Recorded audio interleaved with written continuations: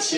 Eu sou o Daniel Velho Siqueira. Eu sou o David Souza. E eu sou a Bárbara Travasso. E juntos nós somos o Cambu Horror Lab. Bem-vindos a mais uma sexta-feira com um episódio muito especial, né, David? Exatamente. Hoje a gente fala muito de casas mal assombradas lá fora, mas no Brasil tem histórias tão ou mais pesadas. E o mais assustador é que muitas dessas histórias foram baseadas em tragédias E reais. não é castelo na Europa, é centro de São Paulo, é litoral brasileiro.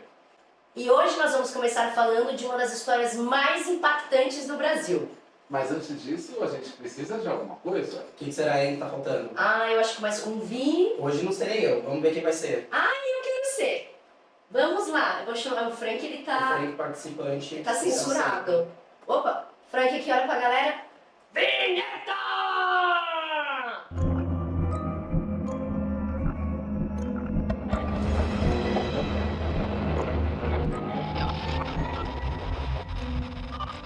E nós vamos começar com uma das histórias mais impactantes do país. Olha, Bárbara, pra gente. Uma primeira coincidência, não sei se vocês vão lembrar do episódio passado. O ano é 1974. Olha só. Vocês já viram esse ano antes, não viram? Agora vamos também para uma coisinha aqui.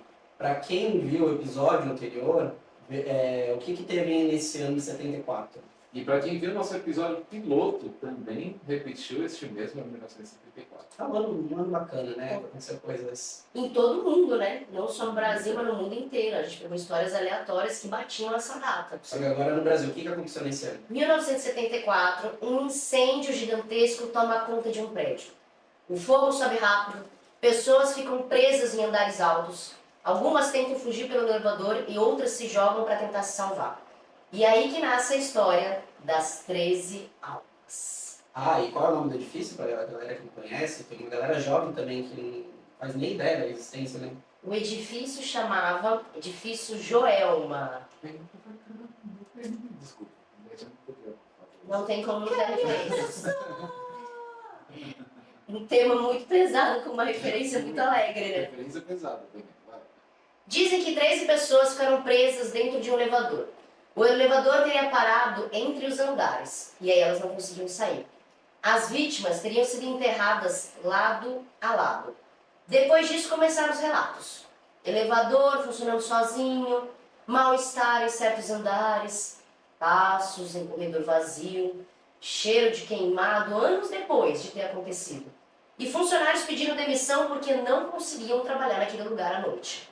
Há ainda a versão espiritualista, que as 13 almas teriam reencarnado juntas, porque elas morreram ao mesmo tempo. E aí? Será que isso é verdade? E dizem que a galera continua indo até lá, né, até o prédio para ver, falando que tem um incêndio de calafrio passando em frente ao prédio e... Não, desculpa.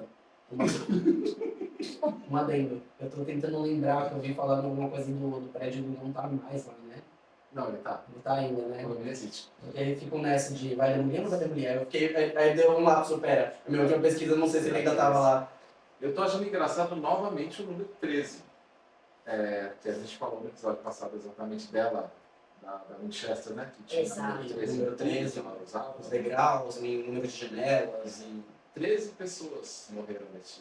Não. Eu não vou falar mais. 13 pessoas morreram no elevador, que essa foi a parte mais trágica. Ao todo, 191 pessoas morreram oficialmente e mais de 300 ficaram feridas. E sabe o que causou o incêndio, gente? Uma coisa tão, teoricamente seria idiota, acho que nos tempos de hoje, mas foi um curto no ar-condicionado. E isso, inclusive, foi uma tragédia tão absurda na época que as leis de segurança de incêndio tiveram que ser mudadas a partir desse caso. Cara, eu não sabia dessa É, parte. foi por causa disso, porque assim, foi um incêndio muito absurdo e não tinha rota de fuga, a questão dos elevadores, como eu falei, ficou tão marcada essa questão das 13 almas, porque quem se jogou do prédio tinha uma chance melhor do que as 13 que ficaram presas ali, Caramba. entendeu? Que é uma coisa desesperadora de você pensar. Eu lembro na época do World Trade Center, Sim. éramos novos na época, né, mas já nascidos.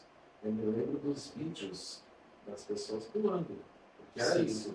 A morte era certa, né? Exato. Então eles tinham que escolher a melhor. Na época eu assisti muita coisa, eu tive que estudar sobre isso. E eu lembro, não sei se vocês lembram, no lugar que vocês estavam no momento, Mas eu estudei muito sobre isso, então eu sei muita coisa assim da galera, tipo, é isso, vamos se jogar, porque vou morrer, mas eu não quero morrer queimado. Eu vou morrer numa queda, que provavelmente eu vou morrer antes de chegar no chão, no sol, e do que morrer queimado. Exato. E, inclusive, Desespero, né, também. exato. E essa atitude sua, na minha concepção aí de espiritual, seria muito mais inteligente. Por quê? Como elas morreram incendiadas, carbonizadas, os 13 corpos nunca foram identificados. Então, existe os 13 túmulos, eles ficam no cemitério do São Pedro. E até hoje vem gente visitar, colocar flores, porque não identificaram quem eram. Eram mais de 300 pessoas que se feriram, muitas morreram. Dentre elas, eles não sabem até hoje. Então, você não conseguir velar um corpo, não conseguir dar adeus para o seu ente querido, é um negócio que deixa você muito preso ainda nesse plano, entendeu? É porque, nesse caso, algumas pessoas morreram, foram só essas 13 no elevador, e ao todo foram 191 que morreram. 191. E conseguiram identificar essas outras pessoas? As outras pessoas, sim. Algumas, por causa da carbonização, algumas não. Mas as 13, exatamente as 13 do elevador, nenhuma conseguiu ser identificada, porque foi um fogo absurdo. E elas morreram todos pelo pós-morte que eles fazem ao mesmo tempo. 13 almas indo ao mesmo tempo. Caramba. Se isso não é um ritual, ou um portal que você abre, eu não sei o que é. E fazendo o que você falou, David, a gente comentou do edifício, se existe hoje. Sim, ele existe hoje, foi reformado, ele tem um outro nome. Então, se vocês pesquisarem, vocês não vão achar mais Edifício Joelma. Ele chama hoje Edifício Praça da Bandeira. Ah, tá, passa em frente direto. Exato. Ele é um prédio comercial hoje e tudo mais, mas se vocês procurarem a referência é o mesmo prédio, só que mudou de nome. Enfim. E será que a galera ainda sente as coisas lá? Porque uns anos atrás eu sei que muita gente passava na frente e falou que sentia um mal-estar, sentia calafrio, barulho de grito, essas coisas. Eu não sei hoje em dia se permanece. O que eu pesquisei aqui com os relatos dos funcionários é que até hoje tem funcionários que eles sabem que em certos andares do prédio eles não podem ir. Que o elevador específico da onde aconteceu não é o mesmo elevador, né? Porque até atualizou o elevador, mas o local, o elevador ele para em certos andares sem explicação nenhuma, luzes piscando, e que ele já tem meio que um acordo entre eles que certas partes desse prédio não são para visitar. Então, assim, continua acontecendo coisas lá, mas eu acho que hoje já tem um controle um pouco melhor sobre isso. Que inclusive o zelador falou que ele olhou um dia no fosso do elevador, que foram fazer manutenção dele e viu os corpos lá. Meu Deus. Se eu não me engano, o nome tem um podcast brasileiro que ele estava contando esse relato, que assim, dizem que é um dos condomínios mais assombrados que a gente tem em São Paulo. Sim. Mas uma outra área também, vocês vão lembrar a respeito disso que a Babi falou de corpo que é, enfim, é velado sem identificação. E sem o próprio ritual de despedida, né? Despedida, sim. É aquele memorial que a gente tem no... Oh, meu Deus do céu. Do lado do aeroporto de Congonhas. Vocês lembram do acidente lá? Ah, sim, eles fizeram um memorial para as vítimas, né? Vocês já sabem. Não, nunca fui. É horroroso. Coitado. Dá pena que assim são os monumentos, são as lápides pretas, né? Mas é uma coisa muito macabra. Quando você entra ali, parece que você entra, uma coisa meio oval assim, fica bem na frente, onde estourou mesmo a encrenca. E aí você fala, gente, que coisa triste. A pessoa ela é uma placa e antes disso ela não era nada, né? Porque não deu para identificar. Sim. Aquele memorial ele teve um valor simbólico, ele teve um valor até jurídico a esse respeito, mas no fundo, eu acho que pessoalmente, se a gente individualizar o que aconteceu, ela saiu daqui sem reconhecimento. Igual a gente falou naquele primeiro episódio da criança, que precisa ser batizada para ela partir, né? Ela precisa ser reconhecida, os corpos em acidentes assim deve ser muito difícil, segundo algumas vertentes, você aceitar que você foi. Não, e também deve ser difícil para quem foi, mas também nem se compara a dificuldade para as pessoas que ficaram, né? Os familiares dessas pessoas, porque a gente pensa num grande acidente como esse, essas pessoas foi um acidente aéreo, então assim, um acidente que todas as pessoas para estarem nesse avião, elas tinham identificação, nome, para onde estavam indo, e do nada isso se para. Não vai encontrar ninguém dessas pessoas, não sabe quem são elas. Sabe que elas morreram lá, mas qual foi a forma, em que estado que foi encontrado o corpo, qual desses corpos era essa pessoa, é muito complicado, né? E me Porque às vezes assustou. você pode ver lá, você pode ver lá uma pessoa Porque às vezes não é nem o corpo que era do seu familiar, mas pelo contexto geral da situação é isso. Exato. E eu sempre penso muito nessas coisas, não chega a ser baseado no filme Premonição, mas vocês vão entender. De que, tipo, pessoas tinham que estar naquele lugar, naquele momento para morrer ao mesmo tempo, sabe? Sim. Eu acho que tem muito isso também de, tipo, estar destinado a algumas coisas e isso impacta de, tipo, sei lá, 200, 300 almas que tem no avião, elas acabarem exatamente ao mesmo tempo de uma maneira muito brusca. Que ninguém tá, tipo, se preparando, esperando, ninguém espera, então a maioria eu acho que fica realmente perdida. Sim, e a gente fala do o impacto, como eu mencionei, é mais para as pessoas que ficaram do que das pessoas que foram. Porque geralmente esses acidentes são muito grandes, assusta muito a gente, mas em si, na questão da morte, é uma coisa muito rápida. Às vezes a pessoa nem sente, ela é tudo muito, muito rápido. Então, realmente, para essa alma entender que ela partiu, deve ser muito difícil. Não, e aquela coisa, por exemplo, que a gente está falando do joelho, de você saltar. Sim. Ah, eu vou morrer pulando, né? É muito louco, porque tem vários estudos que dizem que os cursos de paraquedismo, sim, então eu vi isso. Cursos aleatórios? Cursos aleatórios, faço vários. E eles, tanto que você tem um dispositivo chamado DAA, dispositivo de abertura automática, que você pode apagar. Então, quando tiver não sei o nome, mas é tipo um sensor que vê que sua velocidade está alta, você está a 1.500 pés, ele aciona o relógio em reserva para você não morrer, né? Sim. E aí eles falam, tem muito corpo que ele aceita a morte antes de cair. Então ele apaga, e como é que ele descobre isso? Quando o corpo bate no chão.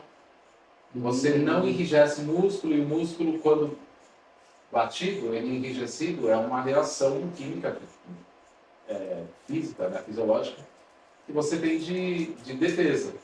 E aí quando você pula, quando você vai caído, você não tem nem esse acionamento, essa ativação fisiológica, muscular e tudo. É por isso que falam que quando é um lugar muito alto, as pessoas se jogam, elas morrem antes da... Sério? O cérebro dá um reset ali e você não sente nada. Por isso que muitos, é muito menos doloroso você morrer, queimado. Uhum. É por isso que tem esses vídeos que a gente se diverte muito na internet, que aquelas montanhas russas de fora, Sim. que a pessoa fica apagando, voltando, voltando, é uma proteção do corpo, né? É o medo da morte em si, Que é então ótimo. o corpo se defende para você ficar indo e voltando, mas acredito que nesse do prédio acho que é uma vez só que desliga, vá com Deus. É isso aí. E até tem a questão que eles falam física, né? Que o corpo também desliga para que você evite quebrar tanta coisa quando você cair, porque os músculos estão relaxados, né? Sim. E vocês sabem que no edifício Joelma, a maioria dos caçadores de fantasma, eles querem lá. Né? Muitos conseguiram, inclusive. Sim. Mas hoje em dia, por que eles não estão mais autorizando ninguém? Porque o povo pega até pedrinha do paisagismo de lá para fazer magia. Gente, Dizem que lá é tudo esquisito, então eles não deixam. Porque assim, enche o saco, tem todo o pessoal aparecendo, querendo que de fato lá você, com certeza, uma noite que a gente passasse lá, a gente já conseguir uma manifestação esportiva, eu tenho certeza disso. Mas hoje, por ser um prédio comercial, a gente não conseguiria. Se a gente alcançar aí contatos! talvez a gente conseguiria, eu adoraria fazer isso. Nossa. Porque na verdade, não interessa pra gente as salas comerciais, interessa pra gente os locais principais. Aquela área que você falou que não podem acessar os funcionários, é nessa que a gente tem que ir. O fosso do elevador, vocês sabem que o fosso ele é acessível, né? Não faço Todo ideia. fosso de elevador ele não pode ser, ele não é só um buraco, ele tem que ter acessibilidade lá dentro para coisas ficarem e tudo mais. Então eles são acessíveis sim, eles são uma espécie de um elevado, tem na internet isso, o elevador descer, né, passar pelo último grau para fazer uma manutenção, então eles têm acessibilidade. A gente deveria muito conseguir passar o K2 lá, tenho certeza que você vai. Nossa, é nas paredes, na parte inteira do negócio, encontrar alguma coisa ali. E tem outros também, né, Kulan? Você sabe de mais algum caso bem marcante aqui no Brasil? Então, a gente não trouxe aqui, mas eu vou só fazer um breve comentário, porque eu sei que ficou muito famoso, que foi a Boate Kiss. Exatamente. Nessa linha também, né, infelizmente foi um erro aí que parece que ninguém vai pagar por ele. Sim. Né, porque no fim das contas, a justiça sendo feita como foi, ninguém tem culpa. Acho mais engraçado. Isso é uma crítica, tá, gente? Mas eu me lembro que a minha irmã me contou, né, que ela trabalhava no hotel, ela falou que alguém comentou com ela que a parte mais assustadora foi que isso, eles saíram tirando corpos, foram 290 pessoas, né? Meu Eu Deus. lembro o número exato, mas foi Mas eles saíram tirando os corpos e não tinha onde colocar na rua. Né? E eles não podem empilhar os corpos, tem que identificar primeiro, estão canonizados. E eles levaram para o ginásio de uma escola, se dispuseram um do lado do outro, e ela falou que a pior coisa, depois que todo mundo soube da tragédia, começou a ir para a porta para tentar pegar os filhos e resgatar, era o ginásio com um som ensurdecedor de celulares tocando. Sim. Todos os mortos tocavam ao mesmo tempo. Meu Deus, que era a família procurando. E a maior parte dos corpos foram encontrados no banheiro. Muita gente tentou correr para o banheiro e ficou empilhado. E exatamente porque foram dois erros principais. Era a placa, tinha uma placa de saída que ela não estava bem visualizada, por isso que bombeiro enche o saco quando você vai construir alguma coisa, porque precisa ter rota de fuga. E ela precisa ser clara, aquele momento de pânico, você está correndo, você está fugindo. Muita gente achou que a placa do banheiro era a placa de saída. Que era a única que... Porque as placas de boates, de qualquer lugar que são fechados, tem que ter a identificação e ela tem que brilhar no escuro. Exatamente. Ser luminosa, não é só iluminado tipo, com uma luz que nem a gente tem aqui no nosso on-air. Tem que ser uma coisa que brilhe no escuro para identificar. Então, se tivesse fumaça, conseguiriam encontrar essa placa de saída. A única placa que tinha, que estava visível, era do banheiro. E o pior é que os que conseguiram sair no começo, infelizmente, aí também a gente tem que atribuir culpa, individualizar a culpa é difícil. Mas eles acharam a porta de saída, os seguranças não deixaram sair. Sim. Que eles queriam a comanda paga para eles saírem. Aí começou Você tá de brincadeira, que eles no meio do... Porque eles não entendiam o que estava acontecendo lá Você é dentro. louco! Aí começou a segurar, começou a dar alvoroço, pessoas começaram a se pisotear loucamente. Pessoas morreram na porta. Eram Morreram pisoteados, não só carbonizados ou asfixiados. Nossa, acho que é uma das piores mortes que deve ter pisoteado. O desespero, eu acho, nisso tudo. Até que você, por exemplo, viu. Você foi no bloquinho, não foi? Que quase deu um pisoteamento? Não, o bloquinho que eu fui foi o da Ivete Sangalo, Viveta, se estivermos assistindo. Viveta, já pensou? Beijo, querida. Beijo. Beijo. Quem controlou o bloquinho aqui, ó, na mãozinha de manhã, foi Viveta. O que eu vi foi do Calvin Harris, que ele não falava português, né? Ele não conseguia controlar o público. Então, assim, ele começou, o pessoal colocou barragem, quis fazer área VIP no camarote de um bar, que era no meio da rua, e a galera começou a ver que o tamanho não dava. E o trio dele não parava. Essa foi a diferença da Ivete. Ela chegou e falou, olha, a gente não vai mais cantar enquanto vocês não andarem à frente do trio, porque eu vou esmagar vocês. E ela parou uns 10, 15 minutos de cantar e tá certíssima. Agora o cara não parou, e o pessoal começou a se acumular. E a gente sabe que isso era planejado e tudo mais. Obrigada, prefeitura. Parabéns, Todo meus dia. queridos, amados. Sempre um privilégio. Amamos vocês. Uhum. Então, nesse bloco eu vi algumas pessoas falando na internet, né? Uma menina falou que estava saindo do metrô e foi um encontro de pessoas que estavam saindo do metrô, pessoas que estavam subindo a Augusta, né? Isso. Subindo a Augusta, a Consolação, me corrijam depois, subindo e o bloco descendo. Então, assim, foi um encontro de multidões. Que aí virou um rebuliço. A menina ela ficou famosa porque ela foi a pessoa que subiu num poste, e saiu no jornal que ela subiu num poste. Pra tentar Pra conseguir não ser esmagada. Exatamente. E isso estava planejado, eles sabiam. É que enquanto um bloco estava acabando, que o outro ia entrar na mesma rua. Só que eles acharam que como era final de um e começo do outro, Tava tudo bem. Juntou tudo. que ia ser muito rápido, que não ia mais... Gente, a gente sabe que carnaval nunca termina no horário certo, então tipo, é óbvio que ia dar ruim. Sim, terrível. É a coisa da tragédia anunciada, né? A gente não... Enfim, a gente não pensa que as pessoas, principalmente numa coisa de salvar a própria vida, Sim. elas se animalizam. Tanto que a coisa do pisotear o próximo é a questão do estouro de manada, não tem o que fazer. Vou tentar me salvar e às vezes não é nem intencional, né? Tipo, eu vou ferir alguém para me salvar. É um desespero. É instintivo, né? É instinto de sobrevivência, que nem no avião. Quando cai a máscara, eles falam, primeiro você não vai colocar no seu filho, no seu parceiro, você põe em você. Você primeiro sobrevive, depois você pensa no próximo. Isso é do ser humano. Sim, é terrível. E um outro caso também, uma situação que existente, não é uma casa assombrada no Brasil, mas é uma vila assombrada no Brasil, que muita gente deve conhecer, é em Paranapiacaba. Essa vila então, tem casas, então tem muita história por ali. Então, Tem o Halloween de Paranapiacaba também, que eu nunca fui, gostaria de ir. Deve ser lindo. Então eles falam que até a questão da neblina que tem lá, isso eu já presenciei, dependendo do dia e do horário, independente do clima que estiver. Pode estar calor, pode estar frio, 4 horas da tarde, 6 horas da tarde, pura neblina. Tanto que para quem faz os passeios, vão para as cachoeiras, tem um certo horário limite para fazer as trilhas, porque depois não enxerga. Então se você estiver lá, você vai ficar por lá, você não consegue voltar. E nessa vila também tem muita gente que fala, tem a história do guia do cemitério, né? Que escutam gritos e vozes pela região, calafrios, e tem as casas, né, antigas, em ruínas também, que já traz a atmosfera assombrada. Gente, Paranapiacaba a gente precisa ir, tá no nosso roteiro, prestem atenção. A gente vai caçar fantasma lá, porque eu acho um lugar muito místico. Ele é. Muito místico. A energia de lá é absurda, né? E aí a gente aproveita para pegar uma cachoeira também. E o cemitério de lá é impressionante. Será que tem alguma coisa na cachoeira, inclusive? Tem tanta cachoeira lá? Será que Não temos que tentar. Eu já cacei fantasma de sunga, sabia? É ridículo, mas eu fui. Aí você achou o fantasma? Eu.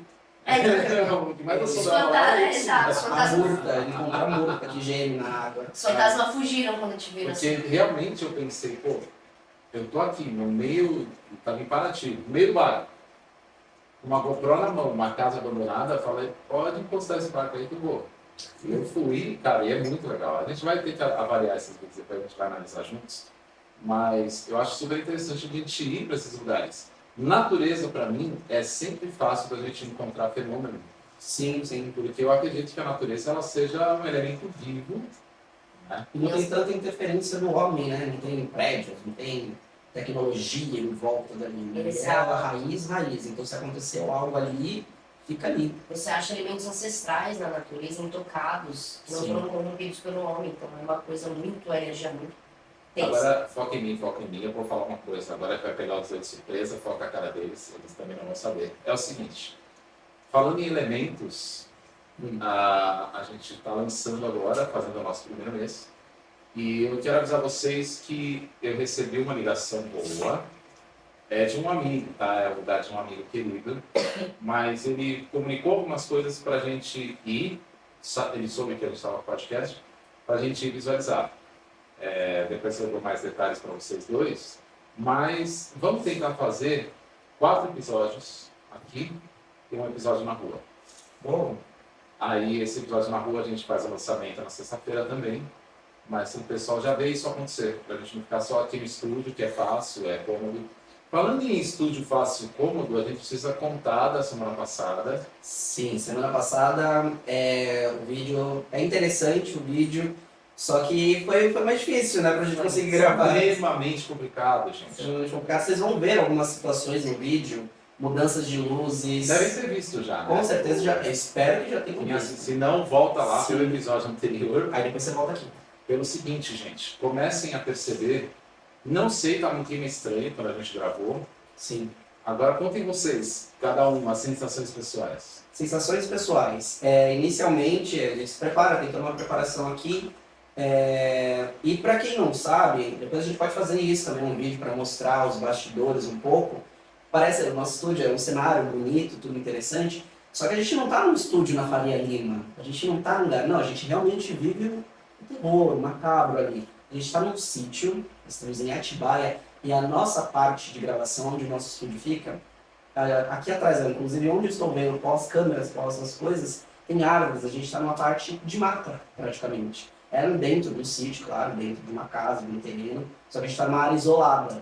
Então a gente está propenso a energias externas, porque né, não tem casas em volta, não tem antenas parabólicas, não tem prédios, edifícios. Então as sensações que tivemos na semana passada gravando, eu particularmente tive sensações físicas. Do nada comecei a sentir calafrios e coceira. Eu pensei, como estou numa área de sítio, algum inseto, algum bicho passou em mim, mas nada tinha, não tinha nenhum bicho em volta. Senti muita coceira e dormência nos braços. E você, Bá, fala pra gente o que você estava sentindo. Nossa, tem das sensações que eu senti fisicamente de que a gente viu as manifestações por aqui, mas que eu senti foi desde que a hora que a gente começou a conversar sobre os assuntos, posicionar todas as luzes aqui para gravar, eu fui falando para eles que eu comecei a me sentir muito mal, do tipo, meu corpo pesado, pedi para eles checarem para mim, eles falaram que eu tava bem quente, meio febril. E eu tava bem, tá? No dia anterior, da semana Até passada. um pouco antes de gravar, você tava ok. Entendeu? Então começou, eu comecei a ter falta de ar, comecei a não conseguir respirar, comecei a ter muita tosse, garganta fechada. Ainda tô aqui quase assim, No na vídeo semana pode seguinte. perceber também, Repara que ela tossia muito, muito né? no vídeo. Muito, eu tava perdendo todo o meu ar, assim, tipo, eu tava com dificuldade de achar ar. E eu não tenho sinusite, gente, não tenho rinite, nada, isso nunca me aconteceu. Foi um negócio absurdo. E outras coisas que a gente acabou vendo por aqui. Vocês viram no vídeo luzes? A gente não tem técnico, a gente fala, mas a gente... Nossas luzes, um adendo. A gente tem que sempre, toda vez que vamos gravar, temos que colocá-las de novo, ver como que Programar, tá, amenizar, para deixar sempre com a mesma coloração, né, em todos os vídeos. E por alguma coisa que não sabemos o que, elas simplesmente já ligaram, salvas já do formato que a gente deixa, isso é muito bom. Tipo, estávamos esperando vocês. Exatamente, só que algumas delas precisam ser manualmente manuseadas e elas simplesmente ligaram. E foram justamente aquelas que ficaram alterando durante o vídeo. A gente falou que era o nosso querido Jack. Frank Jack. Só que a gente não tinha controle nenhum, porque a gente tá gravando aqui, não tem ninguém atrás da câmera. É a gente que faz edição, a gente que faz tudo, então estamos sozinhos aqui. E começou uma mudança de luz e teve mais uma coisa que aconteceu com a nossa TV, né, David? O nosso, que a gente tem no teleprompter, a gente é um lugar, né? Chique. É chique. A gente já começou com uma estrutura incrível, que é gigantesco, uma TV imensa, que a gente consegue ver e ler as nossas colinhas aqui para não falar besteira, sabe? Mesmo se a gente fala. Inicialmente ninguém bateu nenhum instrumento, não tem nada próximo dela, tão próximo assim fisicamente, e apareceu manchas nela, como um impacto, alguma coisa bateu nela. E não tem nada, mesmo estando numa área de sítio, a gente está numa área que é fechada, uma estrutura de uma casa, né? E tudo fechado no estúdio, ninguém veio no estúdio. Só a gente entra. Só a gente entra e tá quebrada, praticamente, assim. A gente vai mostrar pra vocês, a gente faz uma foto rapidinho, pra vocês verem que a Tem gente não duas tá coisinhas mentindo. como se tivesse ou impacto ou derramado algo que também é impossível, que ela tá no alto. Exato. Preciso dizer que também é nosso áudio. Agora eu tô com o iPad aqui na minha frente, porque o áudio da semana passada aconteciam coisas muito estranhas. Era como se alguém apertasse, porque assim, é uma mesa digital que a gente trabalha. Então a mesa digital não tem praticamente interferência nenhuma. Se você configurar ela, ela vai funcionar do jeito que você deixou configurado. Mas quando a gente sentou para editar, o áudio, ele tinha as ondas sonoras, de repente, vazio. Sim. Voltava, onda sonora, vazio. E a gente aqui trabalha com retorno, todos nós temos um fone de ouvido. Então a gente, em nenhum momento a gente ouviu corte na voz. Corte na voz, nada. Ou seja, teve corte na gravação. Então qual é a maneira de se fazer isso? Fazer uma gravação contínua e ficar no volume. Baixo tudo, sobe tudo. Ou eu muto o volume e depois eu volto o volume. Então eu falei pra Babi, meu, que bizarrice que aconteceu hoje. E teve mais coisas, né? Para quem, se não viu, vai assistir, por favor.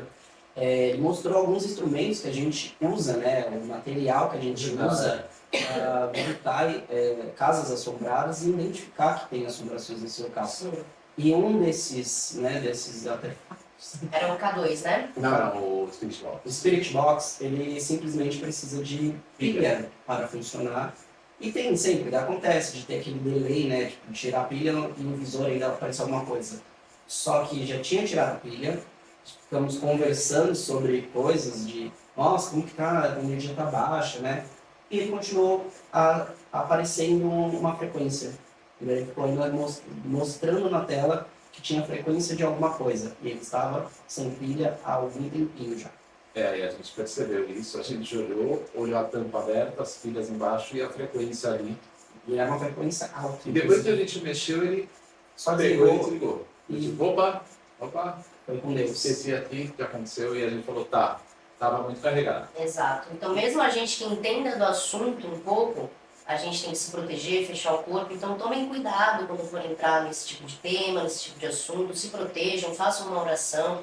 A gente vai tentar também fazer esse tipo de proteção, porque a gente está mexendo com almas, com espíritos, enfim, com entidades que a gente não tem como controlar. E cada um e eles, né, se manifestam como podem, né? Então, Alguns vão ser físicos, alguns vão ser a gente vendo coisas, alguns vão ser falando coisas, então eles vão se manifestar da forma que eles tiverem acesso para acessarem, né? Para chegar até a gente. E é isso, então a gente tem que estar se protegendo e acho que é algo até legal depois para frente a gente mostrar também algumas formas das pessoas terem Rituais de proteção. né? Tem uns simples de orações, de amuletos, sei lá, você pode aprender na sua religião também, cada um tem a sua, mas tem algumas coisinhas que acho que é geral, né? Para proteção geral, Exato. independente. E a Babi me deu uma bronca até, quando a gente estava falando na edição, por causa disso aqui que está atrás de mim, que é um tabuleiro de Ouija. Tá? Não sei se está focando aqui. meninas. Sim, é um tabuleiro de Ouija mesmo, feito na madeira, enfim. E durante muito tempo a gente usou muito ele. E a Babi falou assim, vocês fecham. Como é que é? Fecharam o portal. Quando você abre um portal para fazer qualquer tipo de comunicação com outro mundo, você abre esse portal, você pede permissão para entrar nesse portal com todo respeito, e quando você termina a sua conversa, vamos colocar assim, você tem que fechar esse portal com o mesmo respeito e se despedir do espírito, para ele entender que ele só pôde entrar, se comunicar com você até ali. E o dele não fechava. Olha que legal! Ele brincava como se fosse tabuleiro de Tipo, Monopoly. Oi pessoal, tudo bem? Uhum. Tudo bem. Tudo bom? Acabou a conversa e eu Ele não dava nem tchau, entendeu? Pior que era mesmo, é verdade. A gente quando fazia alguma das vezes que a gente ia para investigar alguma casa, a gente levava ele para ver se dava mais barulho. Isso. E só investigar. E é isso, ele estava na capa de uma maleta que a gente carregava uma Bíblia do século XII, uma Bíblia pequenininha, gente, só é um 1.300 super páginas. tambor, então ela ficava nele. Então eu realmente não via a gente fazendo invocação, e na verdade isso era provocativo. Hoje eu vejo isso. Sim, A dessa a gente não via dessa forma, né? Eu achava que, olha, muito legal, mas eu vi que era uma coisa extremamente provocativa, tanto que a minha mulher se manifestou contra trazer esse tabuleiro, ela não gosta de jogar com esse tabuleiro. Tá certíssima, Priscila. E aí quando veio a gente achou meio estranho. Realmente foram muitos acontecimentos aqui. Né? Vamos seguir então no nosso podcast, podcast. que agora eu estou controlando o tempo, ok? E agora vamos falar de qual outro lugar, hein? Alguém lembra de mais algum? Ou algum caos de casas assombradas no Brasil? Casa, região, acontecimento? Olha, eu lembro de um, na verdade eu li e passei rápido, viu gente? Eu mesmo, vou pensar um pouquinho mais. Sobre a emparedada de Recife. Alguém conhece aí de vocês de casa? Quem souber mais informações, passa. Emparedada de Recife. Emparedada de Recife. Parece que essa mulher foi assassinada e ela foi colocada na parede da casa Meu Deus. dela, Mas morta. morta, foi Tá. emparedada. Ela morreu, na verdade, Mas enterraram, ocultaram o cadáver. Ocultaram o cadáver. E parece que as pessoas passam por esse lugar e escutam e colocam o ouvido na parede ouve-se gritos Meu Deus. nessa casa. Me corrija se estiver errado, mas basicamente é isso. A emparedada de Recife. Falando em paredada, a gente tem um caso também, eu não vou falar o nome, porque, enfim, é filho de político, né, hoje em dia. Político. E ele foi morto e foi enterrado no quarto do filho do assassino. Nossa, bem legal. Ele foi enterrado, cimentado, tudo mais. E quem denunciou para a polícia foi um vizinho, porque a criança não parava de sonhar e o pai não contou para ele. De sonhar, de ver, e onde ele comentou com o vizinho fez uma conexão que tinha assumido esse filho que era importante. E aí ele falou, opa, tem coisa errada. Foi uma denúncia, a polícia foi lá, apertou o cara e falou, foi eu mesmo que matei. E tá embaixo da cama do meu filho. Eu enterrei ali, quebrei o cimento, enterrei isso. Vocês lembram de um cara chamado Antônio Alves Barril? Isso faz tempo. Esse eu vou falar porque esse aí já... Eu já ouvi falar sobre o nome, mas eu não lembro o caso. Ele era um grileiro famoso, São Paulo, grileiro não, desculpe, família, não quero problema. Ele era um comerciante de terras. De São Paulo, e ao que parece ele foi sequestrado, enfim, foi morto, né? E aí a família pediu uma prova de vida. E na prova de vida, os caras falaram, e agora? A gente já enterrou.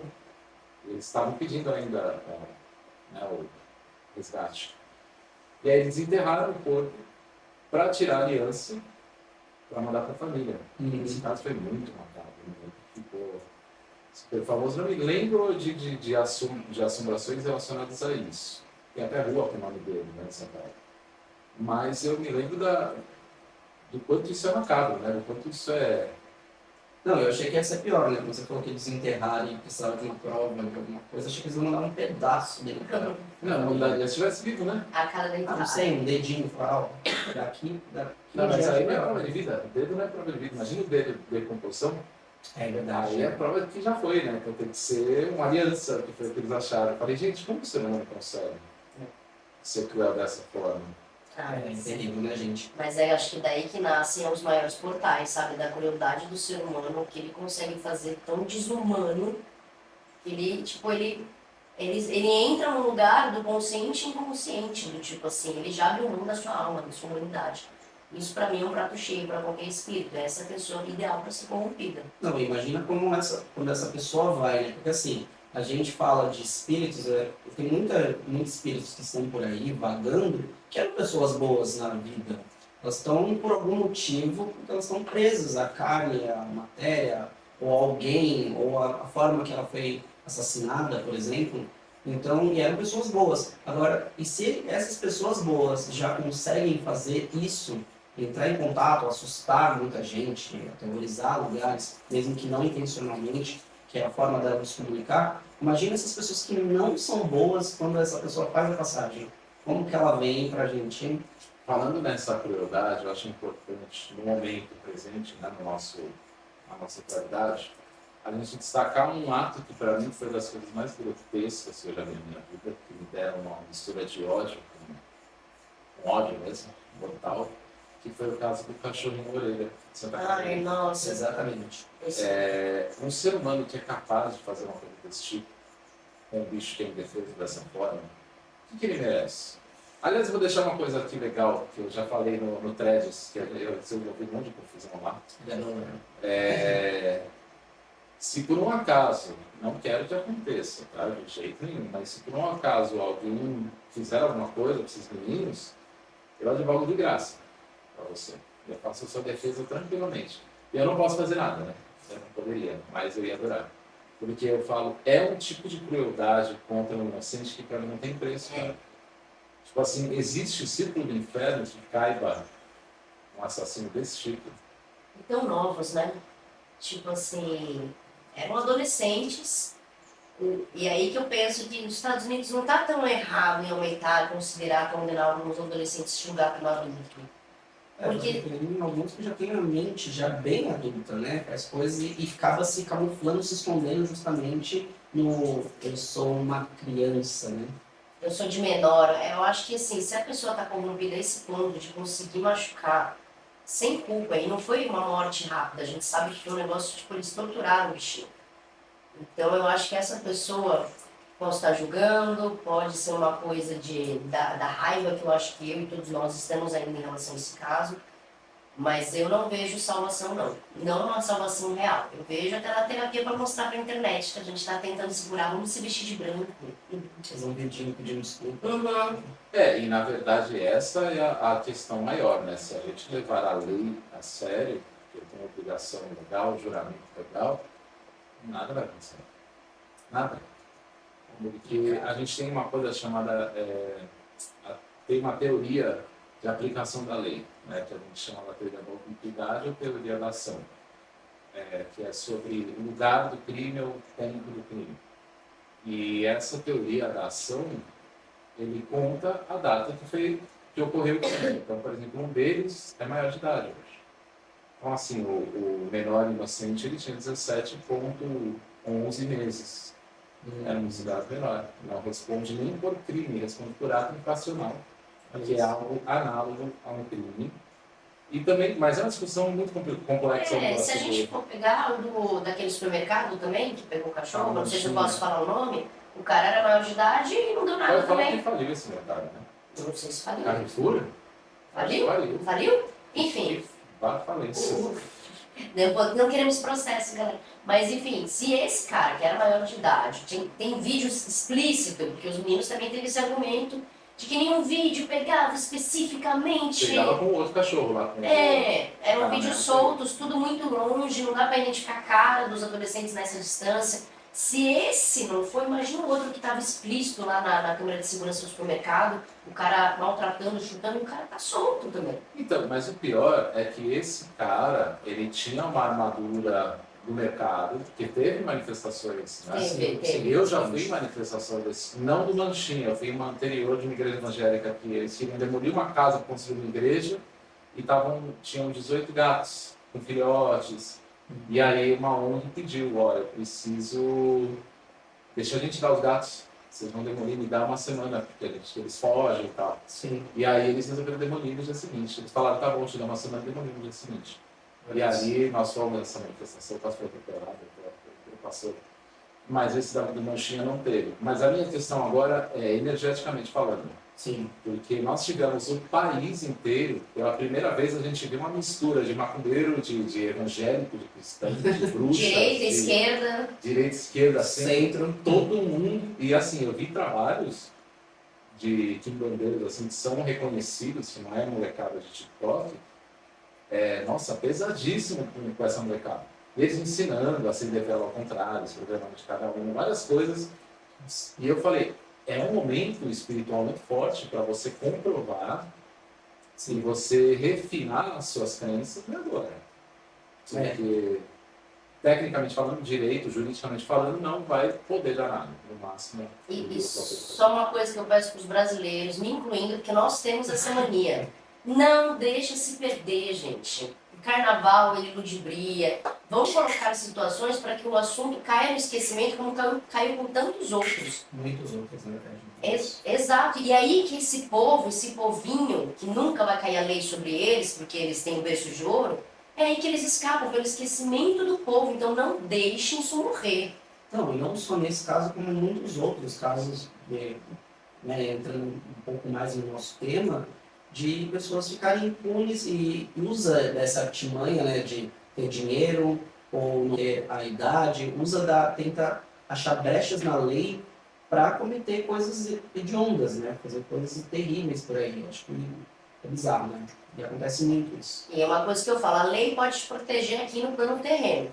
Mas o plano lá em cima, a prestação de contas, meu querido, não tem dinheiro no mundo que vai te salvar disso, tá bom?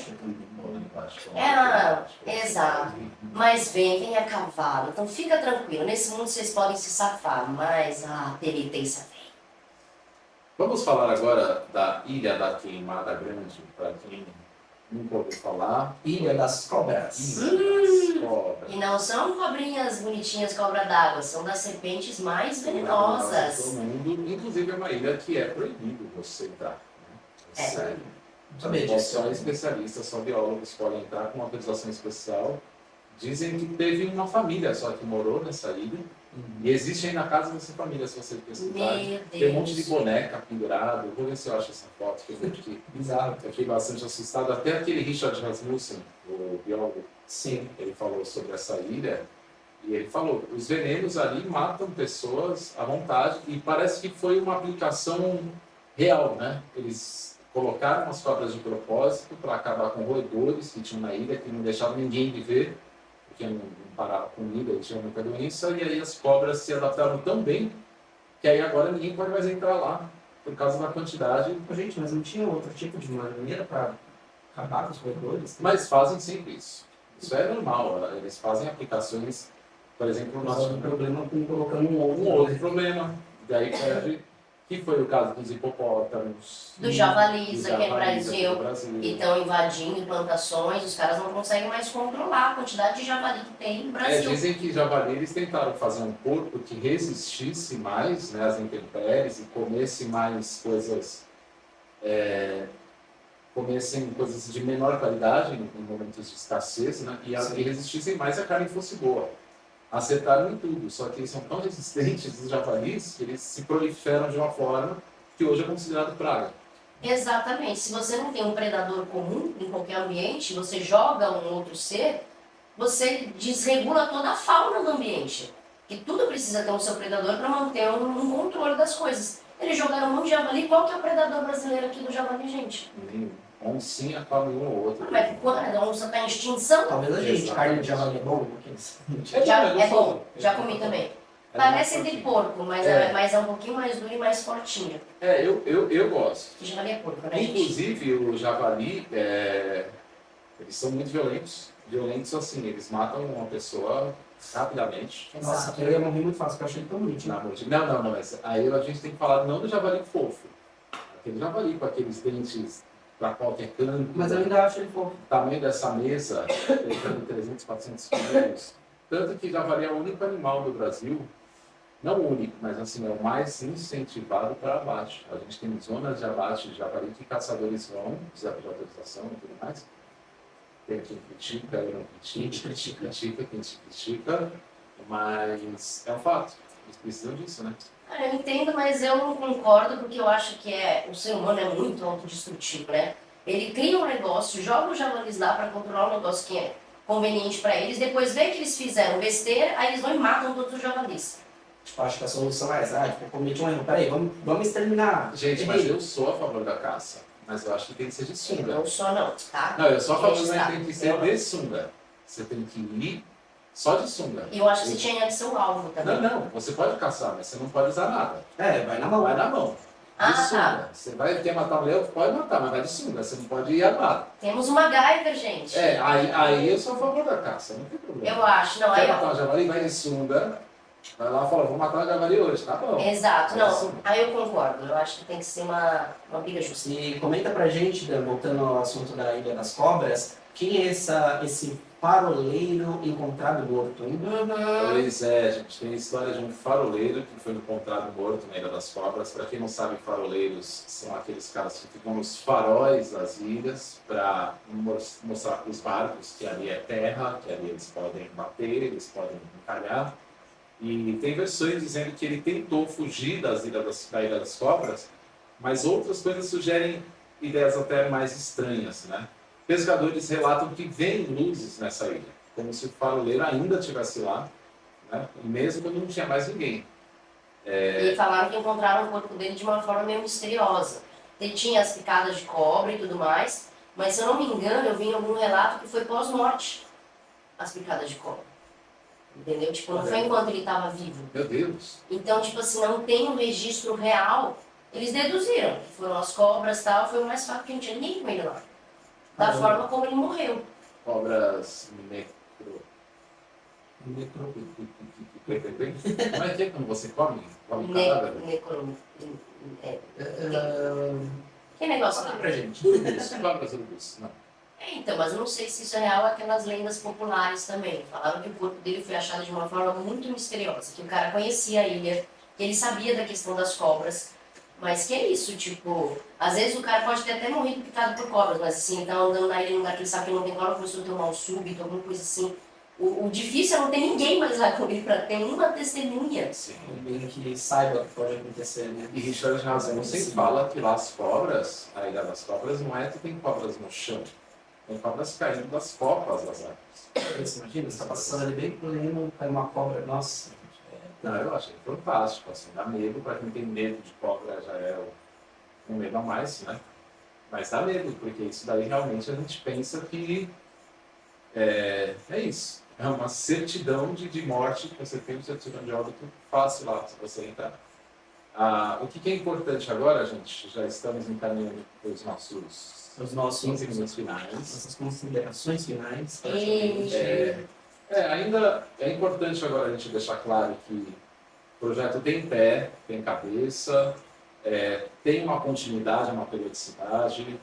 É muito legal, nós somos amigos também, além de tudo, né?